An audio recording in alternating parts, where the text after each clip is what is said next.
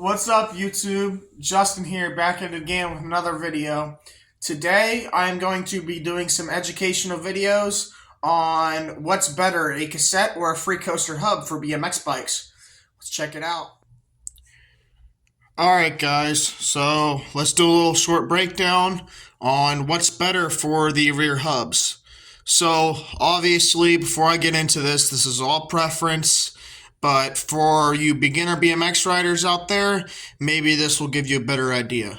Most freestyle BMX bikes are going to have a 9-tooth sprocket in the rear, and usually anywhere between a 25 and I think it's a 36. Usually it's a 25 to 28 tooth for the front sprocket where the cranks are, which I will be doing a video on educationally shortly.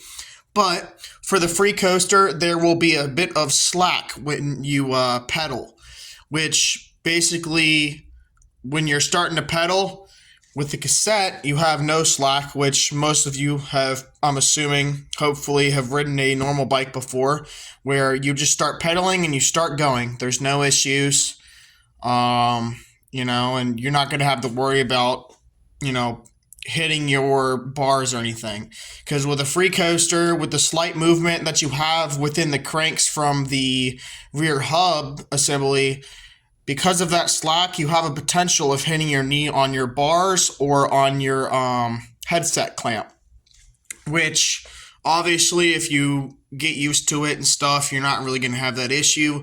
But that is a slight con if you guys have a struggle with that. Sorry. And fakie for rolling backwards on your BMX bike when you're doing a 180 or going into a fakie somehow, you don't need to backwards pedal with the free coaster, whereas the cassette, you're going to have to. You're going to have to pedal backwards in order for it to roll fakie. So that's going to be a little bit harder when you're coming out of a 180 or when you're coming out of a fakie. It's going to be a lot harder to move your feet backwards than it would be on a free coaster because of that slight movement in the slack.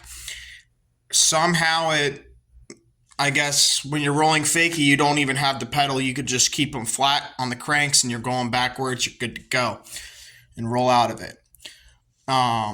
Cassettes you're going to want to use for more park riding, dirt pump tracks. It's for all your riding. All of your riding, you're going to want to use a cassette over a free coaster, in my opinion, because of the slack and everything. You're not going to want to ride this on a race, like a pump track, or you're not going to want to ride it in the dirt as much. It's not something that's really going to be enjoyable.